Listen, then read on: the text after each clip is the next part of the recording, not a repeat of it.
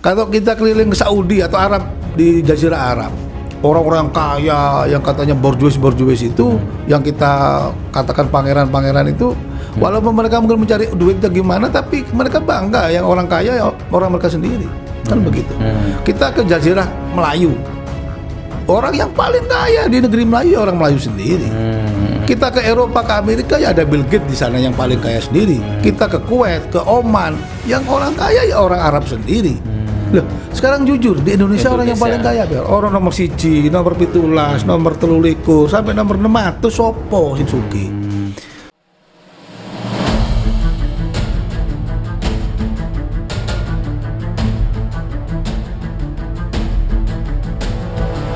Assalamualaikum warahmatullahi wabarakatuh. Selamat datang di acara Ngobrol Menembus Batas bareng Gus Nur. Acara ini dipersembahkan oleh Munjiat Channel dan didukung penuh oleh GN13.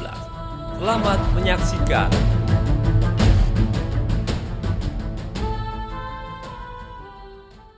Barakallah, assalamualaikum warahmatullahi wabarakatuh. Waalaikumsalam.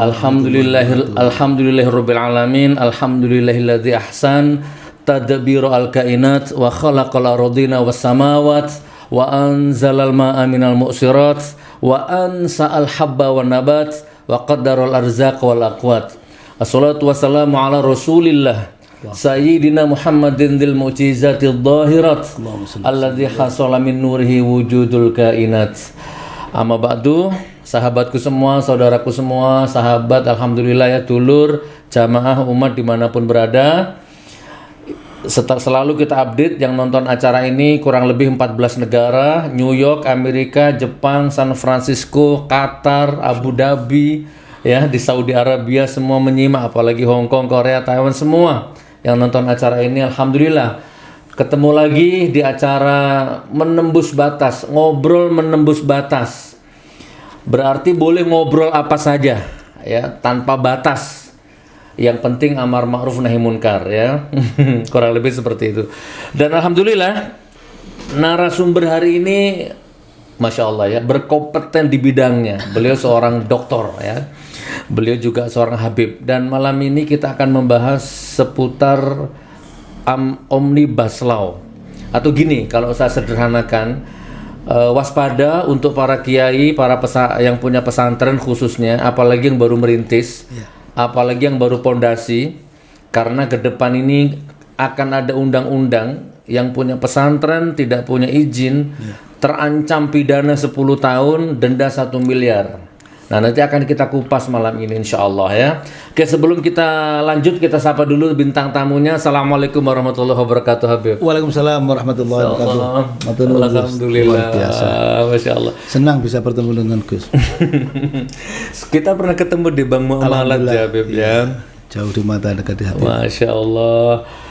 Jadi kurikulum vitae beliau yang masuk ke saya panjang ya, cuman intinya kurang lebihnya beliau bernama Dr. Habib Zainal Abidin bin Faqih MPD, dan beliau tadi bisik ke saya, Gus, acara ini atas nama Forum Peduli Bangsa. Berarti obrolan kita malam ini semuanya, fadilahnya, karomahnya, pahalanya, semua kita persembahkan untuk bangsa yang kita cintai ini. Yang suka nggak suka, Anda harus tahu ini bahwa bangsa kita ini sekarang terjajah, ya, tergadai, apalah, terjarah kedaulatannya, harga dirinya, budaya, bangsa, hukum, budaya, hukum, semua tatanan nilai itu sudah hancur carut marut. Nah, malam ini kita persembahkan acara ini untuk Anda, untuk bangsa yang kita cintai ini. Masya Allah. Habib, sebelum kita ngobrol,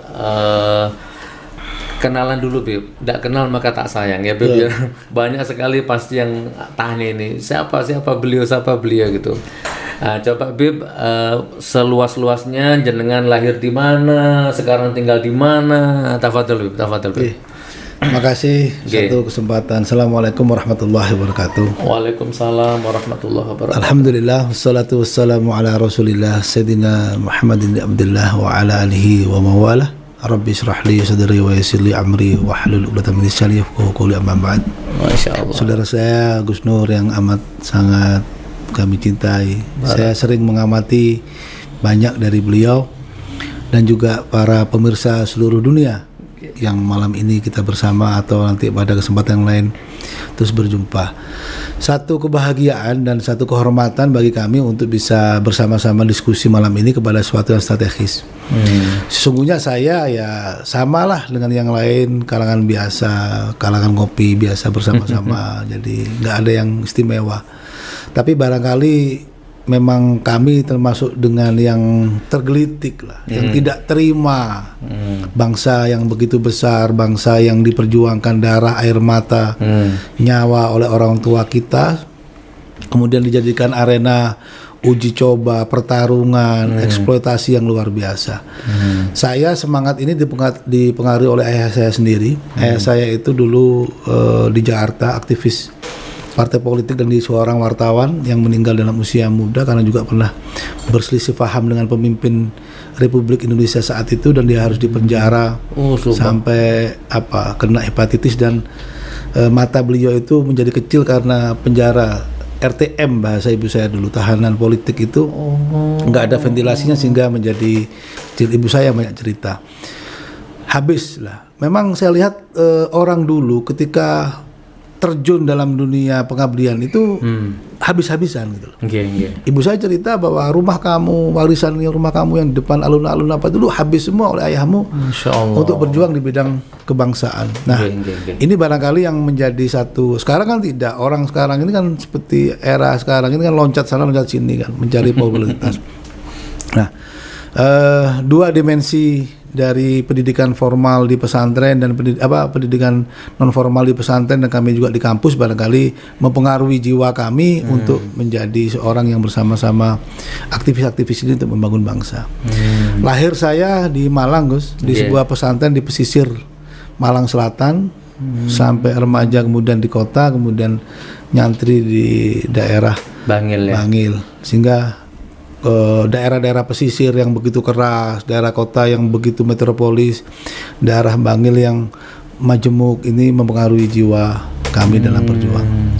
Itu barangkali Gus, sekilas. Berarti abinya sampean pernah jadi tahanan politik ya? Ya, di era 63-an. Berarti mengalir darah pejuang beliau ya berarti ya? Darah berontak lah kita. Radikal. Alhamdulillah. Baik Habib, saya panggil Habib ya. Jadi gini teman-teman ya, saudaraku semua, selama saya jadi manusia dan selama ada rezim ini, muncul istilah yang belum pernah saya dengar sebelumnya, yaitu Omnibus Law 2019 tuh kayaknya tuh. Oke, saya pakai bahasa sederhana nanti biar beliau yang mengurai ya. Omnibus Law itu kalau saya ibaratkan itu adalah sebuah kendaraan yang sangat besar yang di situ merangkum semua undang-undang. Ya, ada ketenaga kerjaan, ada perpajakan, ada pendidikan juga. Dan Omnibus Law ini beberapa waktu lalu kan bikin heboh. Tapi bukan Omnibus Law saja, memang rezim sekarang ini apa-apa heboh memang. Menteri Pendidikan dilantik, heboh dunia pendidikan, rusak dunia pendidikan. Menteri Agama dilantik, rusak ukhuwah umat, gitu kan? Macam-macam. Nah, sekarang malam ini kita fokus ke Omnibus Law. Nah, Omnibus Law itu saudaraku, undang-undang yang kalau bahasa umumnya itu undang-undang sapu jagat. Di situ tuh merangkum semuanya, tapi orientasinya jelas ya, kapitalis. Ya, sekulerisme, liberal, tidak ada istilah pikiran rakyat, kemakmuran rakyat, kesejahteraan rakyat, kedaulatan rakyat, nggak ada di situ. Sedikit lebih menguntungkan investor, mungkin asing dan asing barangkali, tapi nggak penting bagi saya. Yang penting malam ini di dalam Omnibus Law itu, di samping pajak, ketenaga kerjaan macam-macam dan pendidikan, di situ ada satu undang-undang yang ingat tadi tuh pesantren mulai disisir. Saya jadi ingat Mustafa Kemal Atatürk, awal-awal runtuhnya Turki Utsmani itu kan gara-gara ini. Jadi negara Indonesia ini kayaknya mau disingapurkan atau mau di Andalusiakan atau mau diturkikan ya, kurang lebih seperti itu. Saya akan tanya dengan beliau, mari kita simak, apa benar pesantren yang tidak punya izin terancam pidana 10 tahun dan denda 1 miliar. Kalau ternyata benar Monggo, saya serahkan kepada Anda semua yang merasa punya pesantren, yang merasa punya santri, yang merasa Anda sebagai kiai. Tafadhol Bib, saya tak ngaji sama jenengan sekarang ini. Apa Omnibus Law? Di dalamnya tuh apa saja? Monggo Bib, tafadhol. Baik. Untuk yang pertama, sebelum pesantren kita bahas Omnibus Law dulu ya. Oke.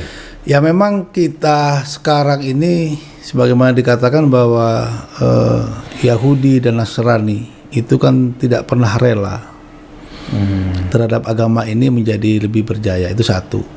Kedua, sekarang ini kita pada era bangsa ini kan digempur oleh kutub, berbagai banyak kutub. Kalau dulu lawan kita liberalisme, sekarang liberalisme, komunisme gabung untuk menggempur umat Islam. Si Aizem. Nah, sementara kita terasa sendiri kecil, itu pun masih dipecah-pecah. Perlu kita ingat ya, saya mencoba mengajak semua kalangan untuk berpikir jernih gitu. Jangan curiga dulu, jangan kemudian kita dipecah-pecah, enggak. Semua untuk bangsa negara. Kita semua yang hadir ini kalau untuk pribadi sudah final kan Gus. Ya coro kasar jare wong Jawa kok omah wis duwe kendaraan duwe kabeh wis selesai. Tapi kita di negara wis lah, gak usah curiga-curiga. Oh ini begini, ngapain kita curiga? Justru orang yang mencurigai kita itu adalah memang dia punya niat jahat gitu loh. Orang kalau dikatakan memang bukan maling, dikatakan kamu maling ya diem. Tapi kalau memang dia memang maling, kita ngomongin maling, dia maka akan marah. Salah tingkah.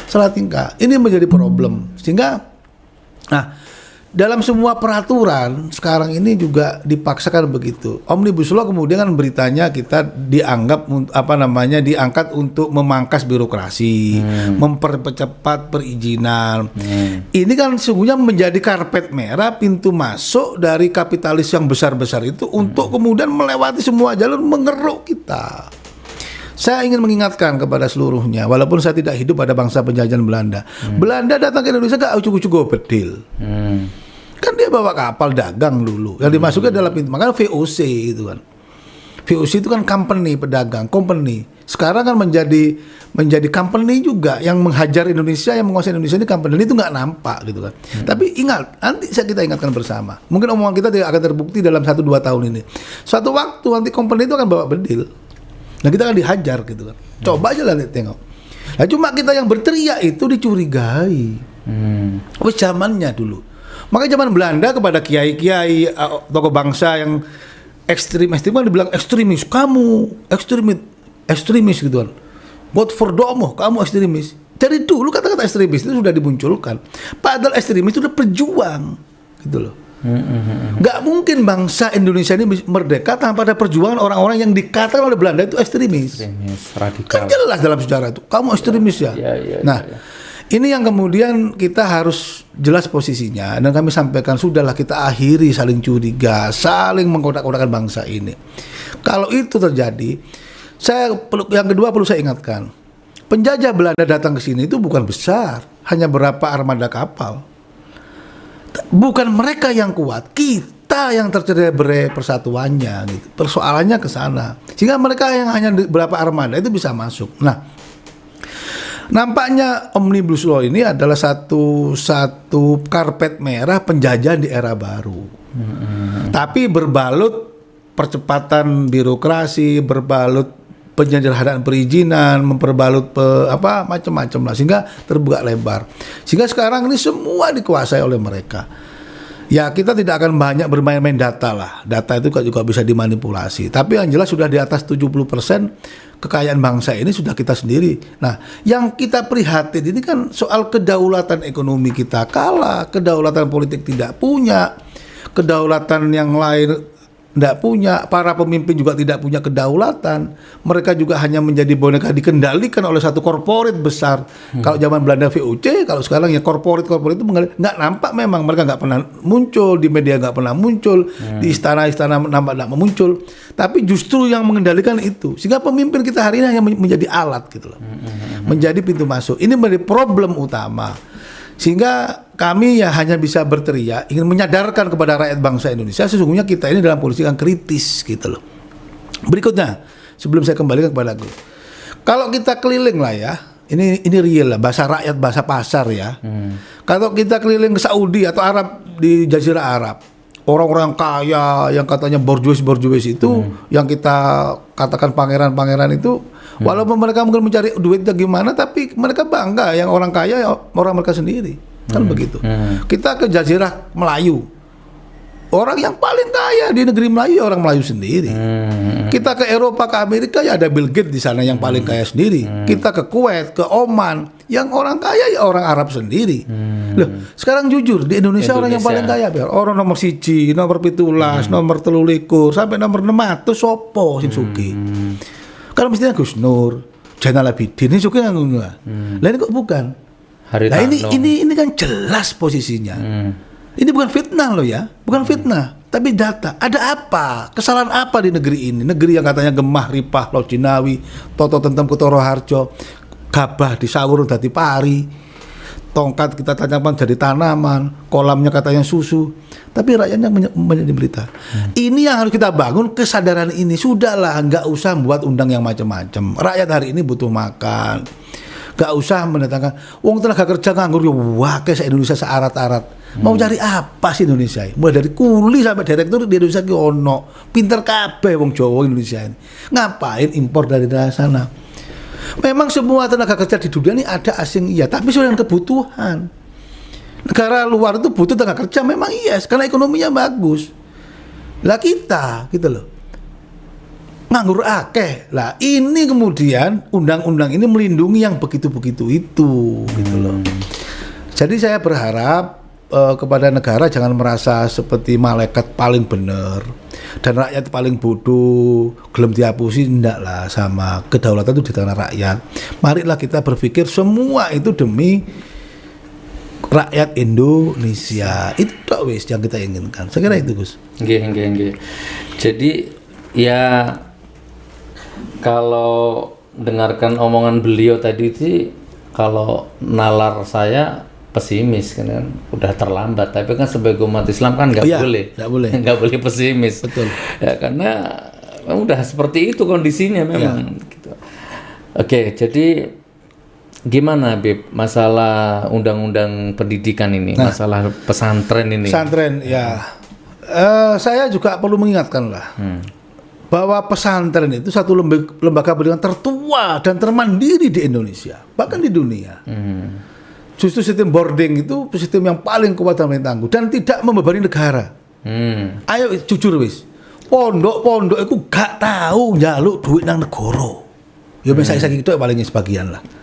Kiai-kiai dulu itu dia punya kebun kelapa, punya kebun tebu, punya kebun padi untuk membiayai santrinya, mandiri di gunung-gunung, di pesisir-pesisir, di pinggir-pinggir kota. Dan pejuang itu pasti dari pesantren.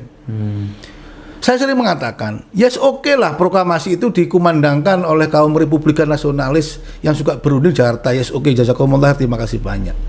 Tapi sing iso ngusir Londo langsung itu santri. Leg demi leg itu kan santri. Anak anak muda bangsa Indonesia dengan bambu runcing. Lah yang memenangkan bukan bambu runcingnya, tapi ada semangat jihad, ada ruhul jihad, ada suwuknya, ada doanya kiai. Secara logika tidak mungkin bambu runcing bisa mengalahkan tank. Tidak mungkin bisa mengalahkan meriam. Ya kalau meriam yang lain. Loh ini meriam temenan nih Londo. Kan begitu Gus. Nah, ada isinya mereka itu. Isinya ruhul jihad Islami. Maka sekarang ini mohon maaf. Ya saya sebenarnya gak perlu mohon maaf ya. Yang dihambat-hambat, yang difitnah-fitnah kan jihadis ini. Orang yang jihad dari bahaya, jihad ini radikalis. Sing ngusir Londo iki radikal ini, perang itu. Karena apa? Agama menjanjikan mereka yang mengusir orang kafir itu dengan pahala jihad yang luar biasa. Kenapa di Surabaya bisa membara? Konon di Surabaya 10 November itu adalah perang terbesar sesungguhnya. Rakyat melawan jenderal yang luar biasa kuat. Di situ ada peran jihad. Karena kalau mati aku surga. Maka dalam resolusi jihad itu dikatakan membunuh orang kafir adalah pahalanya luar biasa, fardu ain. Lu coba. Lu andaikan resolusi jihad itu dibunuh hari ini, radikal banget. Andaikan resolusi, saya ulang, andaikan resolusi jihad itu dimunculkan tahun 2020, ditangkap orangnya. Radikalis bahaya, mati wong kafir Tapi dengan itulah Belanda terusir, dengan itulah Inggris terusir. Ini sejarah, bukan logika, gitu loh. Jadi mari jangan kemudian kita disalahkan. Nah, sekarang apa balasan negara kepada pesantren? sudah puluhan tahun atau tahun mereka itu tidak mengganggu, justru memerdekakan. Sampai fatwa kita mengatakan atas berkat rahmat Allah. Loh, Allah itu Tuhannya siapa sih?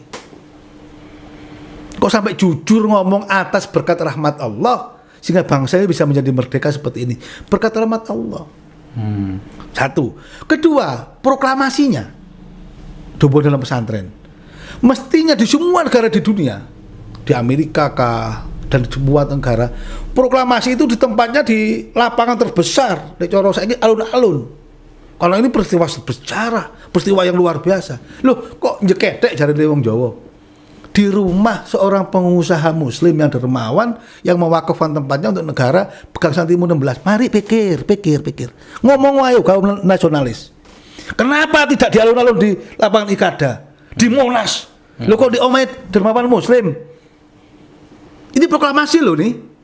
Bukan hanya apa-apa. Lu mari berpikir gitu loh. Di sini saya ingin mengatakan bahwa peran umat Islam ini terlampau besar di Republik ini. Kalau ini sebuah perusahaan, kita ini memang memiliki saham terbesar, gitu loh. Karena agamalah yang mempengaruhi jiwa rakyat ini untuk memerdekakan diri, gitu loh. Nah, dan itu lahir dari kalangan pesantren. Kami tidak ingin dibanggakan, kami tidak ingin dipuji, kami tidak ingin dipenghargaan, bukan. Tapi jangan kami kemudian didolimi, difitnah. Nah, sekarang timbul. Ya, kami masih menganggap itu sebuah wacana lah. Kalau kami terlalu mendahului sebuah peraturan, barangkali mari kita telisik bersama. Tapi wacananya kan sudah mengelinding banyak kan. Bahwa nanti kalau lembaga pendidikan, apakah pesantren yang tidak punya izin, bagaimana kemudian dihukum dipidanakan.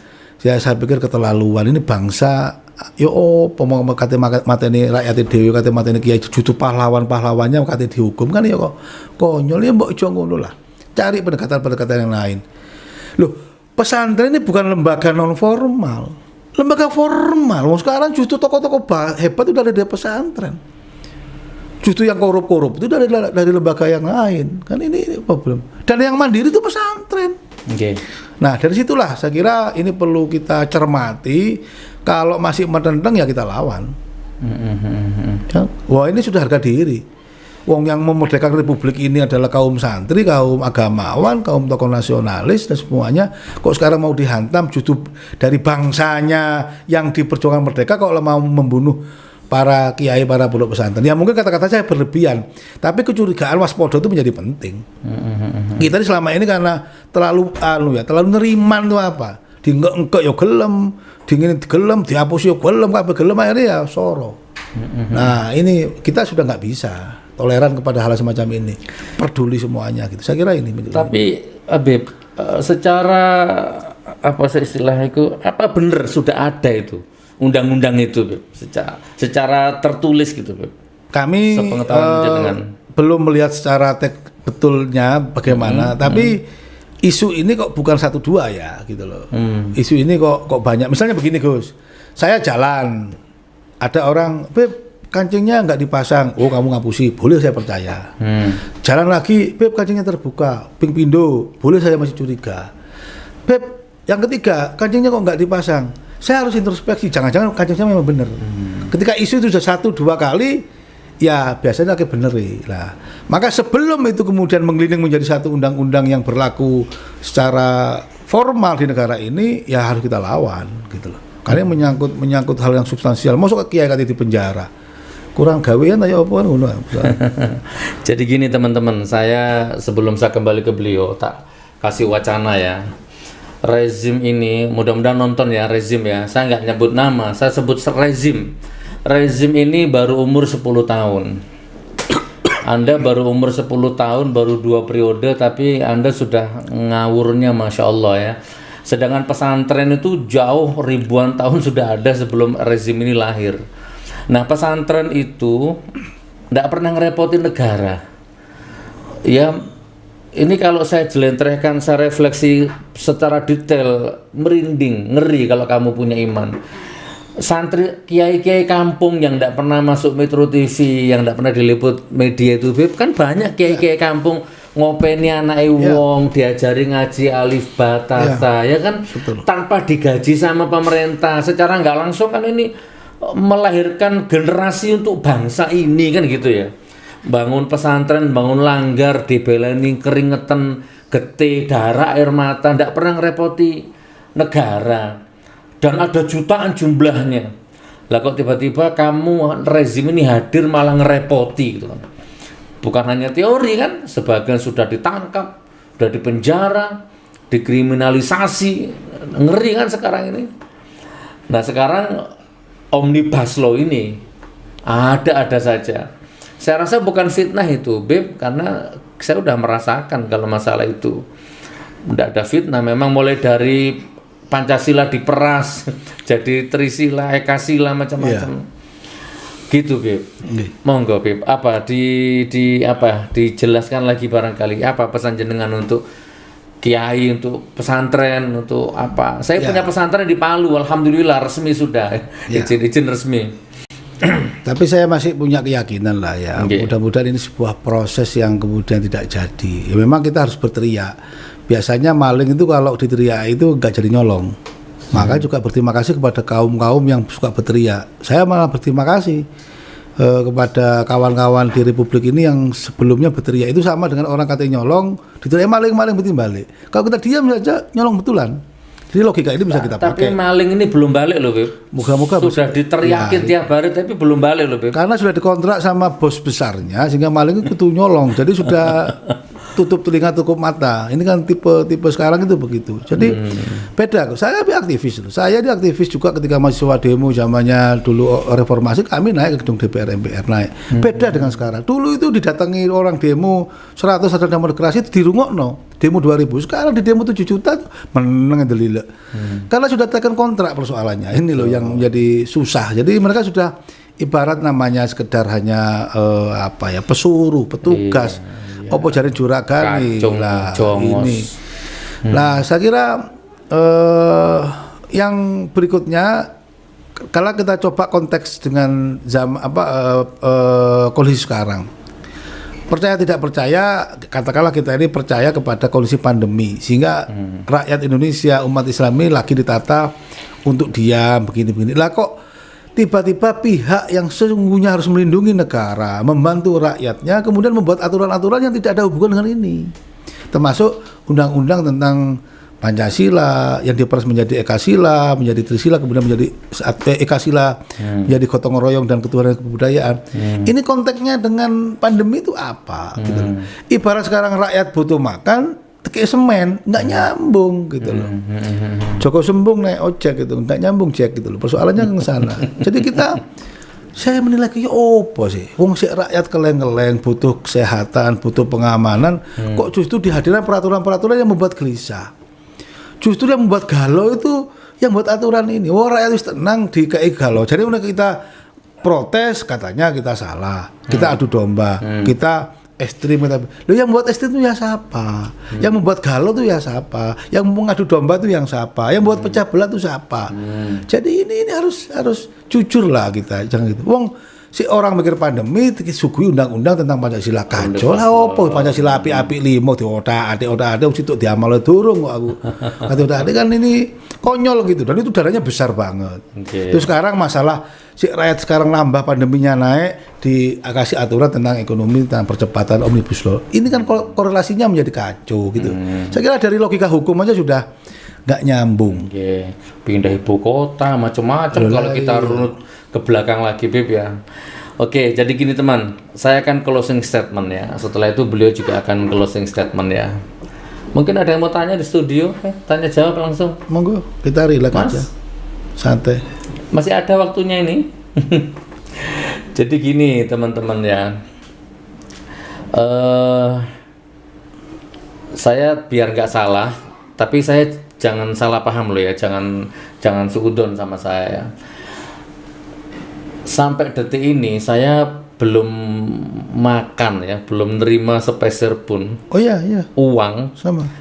Ya, yang bersifat subhat. Iya. Yang bersifat sogoan atau suapan ya.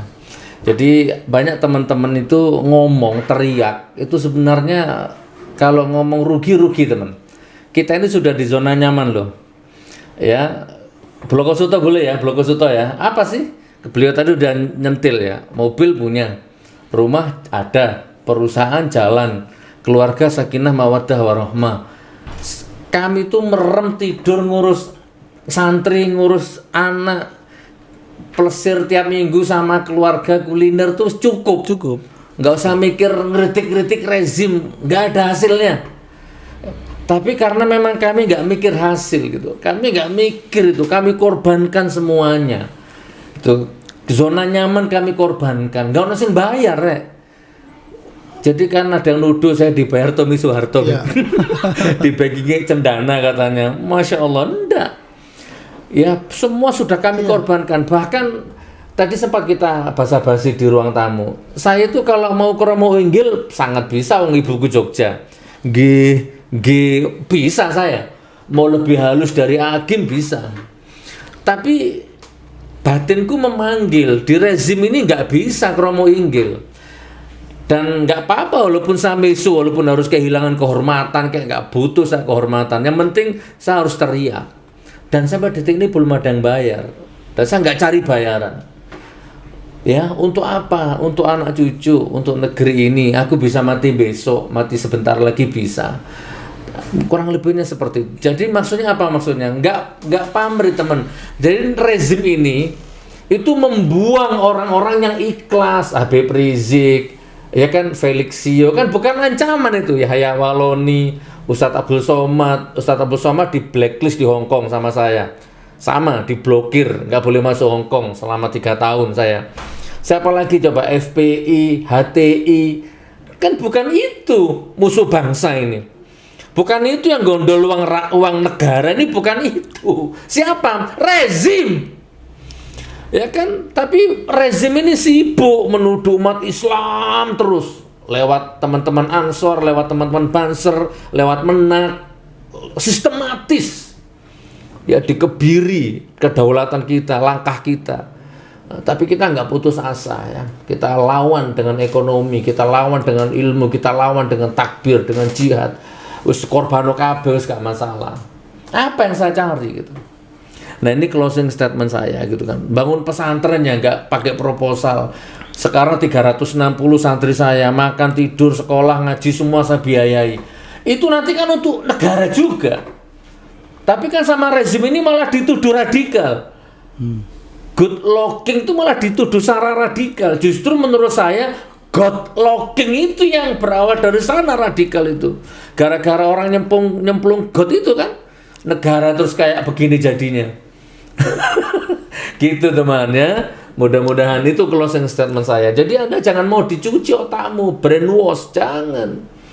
Musuhmu bukan kami. Musuhmu ini yang Jiwasraya itu, yang bikin rugi Pertamina kemarin siapa, yang bawa uang Jiwasraya dana haji itu siapa, itu musuhmu. Ya. Gitu saudaraku Beb, ini closing statement saya. Mungkin dari sampean Beb ada pesan khusus untuk teman-teman, untuk santri atau untuk kiai, apa untuk pesantren, apa untuk siapa Beb? Tafadhol Beb. Kalau Gus Nur dengan gaya McTasernya, saya coba gaya Muhammad Ali. Semua gayanya bagus. Menarik ya Beb. Memang harus ada sentilan-sentilan semacam itu agar orang itu, saya hanya mengajak lah ya kepada siapapun yang sedang berkuasa dari negeri ini. Coro Jawane yang ngono ning ojo keterlaluan. Apa sih yang mau kita cari gitu loh. Kalau Anda itu sukses mendolimi rakyat, di mana kebanggaan Anda? Kalau Anda menjadi orang kaya raya dengan mendolimi rakyat, seberapa kekayaan Anda itu yang bisa Anda nikmati? Jadi saya kira negeri ini sudah terlalu lama dan terlalu sakti untuk didolimi, diabusi. Sudahlah. Kalau Anda terus-menerus tidak sadar, bukan negeri yang kalah, Anda yang akan hancur. Betul. Sudah, Indonesia ini sudah terlalu sakti karena banyak darah ulama, darah syuhada, darah pejuang orang-orang tua yang ikhlas, yang pahlawan nggak dikenal, yang sudah membahas republik ini ngewalati loh. Tidak ada omongan saya. Sudah Beb, terbukti Beb, banyak Beb. Ya kita tidak mengancam, tapi memberikan kesadaran gitu loh. Sudah. Ayolah kasihan Yunah, Yutun, Waktul, Wakmin yang dari Republik berdiri sampai sekarang gak tahu seneng-seneng. Kok kenapa Anda harus dipenderitakan lagi? Jadi ayo kita membangun negeri ini secara nyaman, damai, baik. Itu sudah nggak usah dikuyo-kuyo kita. Terakhir saya kira masalah pesantren umat Islam. Loh, ya apa sih kok umat Islam dicurigai? Wong Indonesia ini mayoritas umat Islam. Sing berperang ya umat Islam, sing ngusir Londo ya umat Islam, sing ngusir Jepang ya umat Islam, sing teriak takbir merdeka ya umat Islam, merdeka atau mati ya umat Islam, yang memproklamasikan ya umat Islam. Semua umat Islam kok sekarang dicurigai kan ya kehilangan pekerjaan dah. Jadi itulah, ayolah kita membangun negeri sing genah. Paling terakhir rakyat itu nggak bodoh kok. Rakyat itu punya hati, punya mata, ngerti rakyat itu. Cuma sabar Indonesia tuh. Indonesia aku sabar kok. Engkau yang menang, ternyata ngerti. Yang kita khawatirkan adalah doa mereka. Doa di malam hari dari rakyat Indonesia yang teraniaya ini, Anda akan jebol. Terima kasih. Yang tanah-tanah SHM Anda akan belum jebol. dibayar sudah digusur. Anda akan jebol. Dan sudah jebol, Bib. Dan sudah jebol. Ya, sudah ada yang mati kecelakaan, ya sudah ada yang mati telanjang, ya kan? Sudah resesi ini sudah jebol. Amin, tak aminkan, Beb, jebol. Amin, no, ayo, amin, jebol, ya, usus-ususmu jebol. Barakallah. Baik, saudaraku, ini nggih yang bisa kita sampaikan. Mudah-mudahan acara ini bermanfaat, tidak bermaksud nebar hoak, ini semata-mata kecintaan kami kepada bangsa ini. Betul. Masya Allah, barakallah. Mana hadiah kenang-kenangan buat Habib? Habib, ini acara tidak dibiayai oleh Cendana, Habib ya. Luar biasa. Tidak dibiayai oleh rezim, tapi dibiayai oleh GN13. Luar biasa. GN13 ini sebuah PT yang bergerak di bidang apa saja. Masya Ini Allah. ada kenang-kenangan dari saya. Cinta anak negeri. Oke, barakallah. Yang pertama ada sambal GN13. Oh. Ini ada 6 botol. Insya Allah nanti cocok ini Umi ini. Masya Allah, terima kasih. Umi. Ini kenang-kenangan. Ini yang membiayai acara ini. Nanti diring ke sana adik-adik ya. Ini ada gula aren, Bib. Jadi insya Allah untuk asam urat, kolesterol, diabetes, insya Allah bagus. Ini ada kopi juga dengan gula aren. Doakan mudah-mudahan berkah, Beb. Amin. Ini bisnis saya dan ini yang membiayai bedah rumah, ya kan, bedah masjid, ya ini, dan membiayai acara safar kami besok ke Lombok, dan kita akan tur ya sama Madura ya, Setapak Kuda. Kita akan tur silaturahim ke kiai-kiai. Dan yang biayai GN13, Beb. Luar biasa. Barakallahu fikum. Mudah-mudahan diberkahi Amin, Allah. amin ya rabbal alamin.